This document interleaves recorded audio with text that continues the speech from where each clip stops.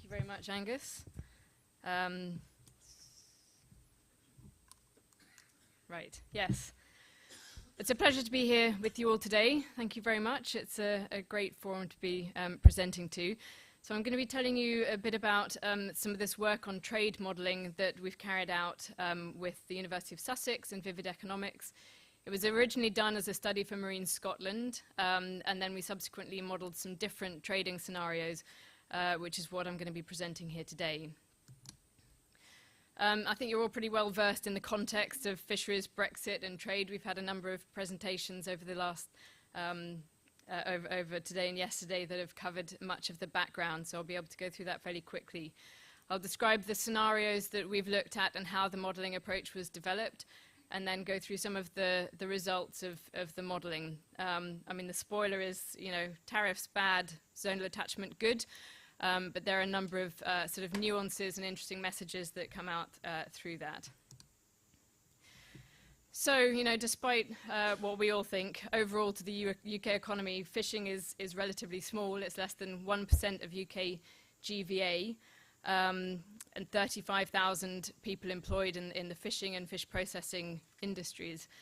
And that's compared to sort of 180,000 in car manufacturing, or 1.3 million employed in financial services. So in terms of the overall UK economy, it's relatively small. And in terms of trade as well, fish and fish products are less than 1% of UK trade with the rest of the world and with the EU. But the sector is more important in Scotland, both in terms of employment and also in terms of trade. It's 3.5% of Scotland's trade with the EU. But despite that, we all know fishing and fisheries are really important, and the UK waters hold important fishing grounds, and that was described by Mike and by Alan, where, you know, EU vessels land an awful lot more fish from our waters than UK vessels do from the EU waters. And so the fishing industry and fisheries in general have the potential to contribute an awful lot more to the UK economy if we can capture more of that resource. Additionally, the fishing and fisheries is highly sensitive, not just in the UK, but also in the EU, and there are very strong lobby groups in the UK and also in EU and partner countries. And part of this is related also to the timing of when the UK joined the EU, and which happened at just the same time that countries were starting to establish their exclusive economic zones under UNCLOS. And it resulted in the UK, you know, never really being able to establish its rights over that resource when those opportunities were coming in, and the feeling that our fishing resources have been sold down the river and given away under the CFP principle of equal access. So when it comes to looking at fisheries production and trade flows and how these might be affected by different sort of parameters around Brexit, the key elements to look at are obviously tariffs, which are a tariff levied on the value or quantity of goods traded, but also these non-tariff measures that we've been hearing more about around the catch certificates, export health certificates, additional administration and bureaucracy and possible delays that might take place. And then also in terms of the fisheries management side, there's the quota allocation aspect, which controls or limits the amount of output that's possible from the sector. So currently we have the EU's relative stability key under the CFP, which are based on historical shares, and there may be a potential to move towards something that's more along the lines of zonal attachment, where the fish are caught or where they reside. So the scenarios that we looked at, we have a baseline scenario which all of the others are compared to, which really sort of represents the status quo. Then the first scenario is looking at something similar to the EEA or the sort of the EU-Norway agreement. So here we would have a free trade agreement with the EU under similar terms to the EEA. So there would be some tariffs on fish and fish products at a level that's similar to the tariffs that Norway currently pays, and a small increase in the level of non-tariff barriers. But in this scenario, we maintain the quota allocation the same as it is currently, so based on relative stability. We then look at a no-deal scenario, so what might happen if we crash out and we have most favoured nation or WTO tariffs with the EU. and with the rest of the world, and a higher level of non-tariff measures. The third scenario is no deal, but we managed to sign free trade agreements with all non-EU and non-EEA countries. And this is a scenario that has been pushed by a number of Brexiteers around the idea that, well, you know, it doesn't matter, we don't need the EU market because we're going to open up this whole world of trading opportunities with other countries of in the world, and we'll be able to sign all these free trade agreements. So that scenario unpicks that a little bit.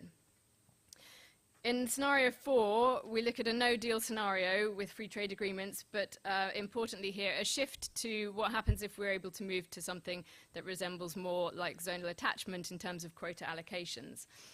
And we've looked at a shift to either to 50% or 100% of potential quotas for that. And then the final scenario, which is no deal and unilateral free trade, so where the UK liberalises tariffs on imports to the UK.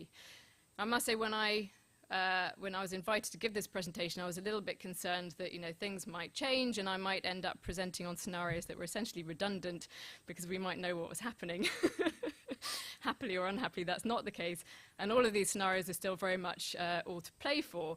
And this fifth scenario, the unilateral free trade, really is quite a close representation of what the UK's no-deal tariff schedule is, which is potentially sort of liberalising trade into the UK, apart from there's a few sort of fish and fishery products that would maintain tariffs, but they're not ones that we've included in the modelling. So that scenario still pretty much represents the no-deal tariff schedule.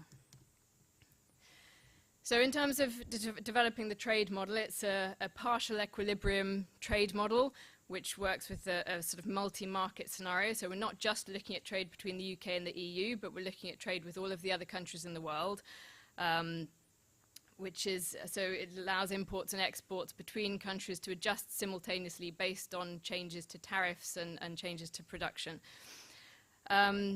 Each species is modelled independently. So we have sort of, you know, cod and haddock, but they're done independently, so changes in production for cod doesn't affect sort of demand for haddock, for example. So we selected 10 species to look at. This is a selection of shellfish, whitefish, and pelagic species, and also including salmon, produced from aquaculture, given its importance to Scottish seafood sector and exports. The species that were selected represent 67% of UK landings by value and 94% of UK aquaculture. And they were selected according to their importance for landings, to trade, potential for increases in quota through zonal attachment, and also their importance to the Scottish fleet. The graphs on the right here show the percentage of UK exports of each of those species to the EU, and the percentage of imports from the EU. So for some species like hake, nephrops, saithe and scallop on the top graph, almost all of our exports go to the EU, so we're currently very dependent on the EU market. And some of those issues come through in the trade results. This shows the importance of those species in terms of value to each of the UK home nations. Nephrops and mackerel are the two most important species by value, and the majority of landings of those species are from Scottish vessels. But all of the species selected are of importance to the Scottish fleet. So when it comes to putting together the trade model, there's a number of different types of data from different sources that need to be brought together. So we've looked at fisheries production, fisheries trade, tariffs information, and estimates of non-tariff measures and their sort of magnitude for fish and fishery products. In terms of tariffs, this shows the EU sort of WTO tariffs for each of the species that we've modelled. Different forms of each species have different tariff rates, so usually less processed forms have a lower tariff rate than higher processed forms, and that's to protect the processing sector within the EU so that they can import unprocessed fish cheaply and process it and gain the value added from processing. So for each of the species, we calculated an average value across the trade codes that we were looking at. So you notice here that salmon is relatively low at 4.9% because the unprocessed and minimally processed forms attract only a 2% tariff, which is to provide raw material for the EU processing industry. But tariffs for some shellfish, such as nephrops and scallops, can be much higher, sort of around 8 to 20%, depending on the form. And what about quota changes then and zonal attachment? Mike introduced the study by Scottish Fishermen's Federation and the University of Aberdeen, which looked at zonal attachment percentages in the North Sea and west of Scotland. And that's the study that we used to look at what the percentage increase in quota for the UK might be. Where we assumed that the UK would gain extra quota from a shift to zonal attachment, we assumed a similar reduction to the EU's quota. So where the UK gains, the EU would lose out. So in terms of the results, the potential impact of these scenarios on UK output, and this is the aggregate results across the 10 species that we looked at. So the important things to notice here are that any introduction of tariffs and increase in non-tariff measures has a negative impact on UK output due to the higher cost of trade. So that's particularly, you can see on the 3 scenarios on the left, the EEA level tariffs, no deal, and no deal with free trade agreements. The free trade agreement scenario shows that FTAs with the rest of the world cannot replace the loss of the UK market. There's still a reduction in UK output, even if we manage to sign free trade agreements with every other country in the world. And importantly, I think this question was raised yesterday when we were looking at the tariff schedules and the no-deal tariffs. When you look at the unilateral free trade scenario on the right-hand side, that also shows a reduction in UK output because we're potentially able to import a lot more fish at 0 tariff rate, so we can import more fish more cheaply, and that has a knock-on impact on the potential demand from the UK catching sector.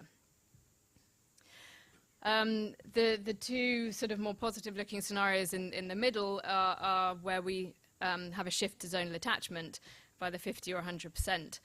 And there we see a really quite significant boost to UK output of between 5 and 10%, and a corresponding decrease in EU output, which is the blue lines underneath. So even with paying MFN WTO tariffs to the EU market, that potential increase in quota that we would be able to obtain sort of more than compensates for that overall. In terms of the impact on trade, those changes in output are similar, reflected in the impact on trade. We've got exports at the top and imports on the bottom. Again, the UK is shown in red and the EU in blue. So under the scenarios with increasing tariffs, we have lower levels of exports and lower imports to the UK. Where we have a zonal attachment, there's a huge increase in UK exports as a result, and a reduction in imports. Under the unilateral free trade agreement, there's an increase in imports to the UK, this is the bottom right, because it affects the UK output. But those are the results sort of in aggregate across all 10 of the species that we looked at, and there are obviously differences when you look at individual species. These are the results on price, output, exports and inputs for the no-deal scenario. I won't go through the details, but you can see that there's the reduction in UK output is greater for species that are more reliant on the EU market, such as hake, scallop and cod. There's also a relatively low impact on salmon because of the relatively low tariffs to the EU, and a lot more of the output is exported to the US.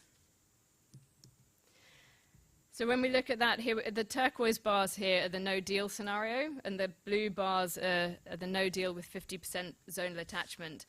So the impact for no-deal is mostly negative for the UK, but there's potential for significant gains when we look at moving to zonal attachment. And the most significant increases are for the species that have the greatest potential for us to increase our quota through zonal attachment, such as herring, hake, mackerel and saithe. But the species that are not managed through tax don't have that potential boost to output from zonal attachment. So things like the shellfish, crab and scallop, and also salmon, which is produced by aquaculture, they suffer the negative impacts of an increase in tariffs without the positive effect of potential increase in quota.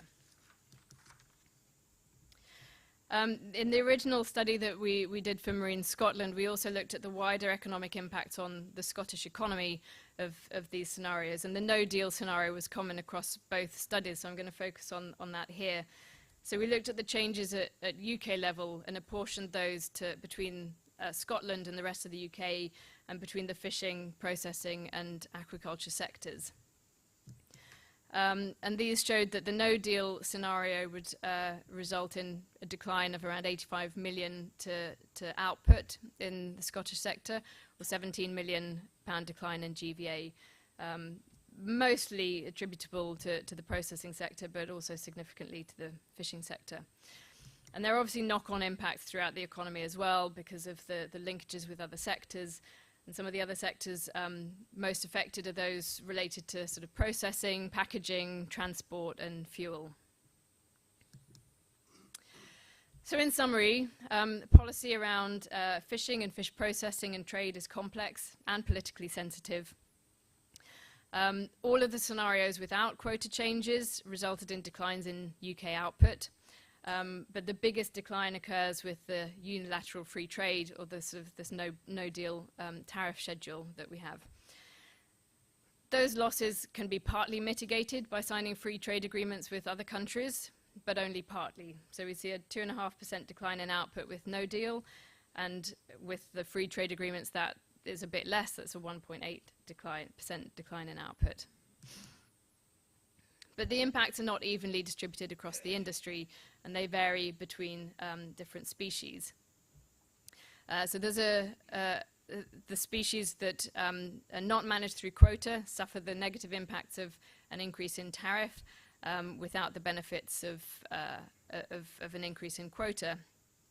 But also those species that are more reliant on the EU market, such as cod, hake, herring and saithe, also suffer larger impacts as a result of tariffs. But if the UK takes an assertive approach towards quotas and renegotiating quota shares, then that can have a big impact on the results and on the UK sector, with output potentially increasing quite significantly. But those potential benefits for the UK obviously come at a cost to the EU, and they're unlikely to accept that without some form of retaliation or seeking compensation elsewhere. And we see that in their negotiating strategy and their desire to link access to waters and access to quota to other aspects of the Brexit negotiations around access to the EU market for other sectors. So that's something that needs to be watched out for, really, and borne in mind. Thank you. There's a couple of links there which give the links to the sort of the papers that underlie the presentation and the work that was done. Thank you very much.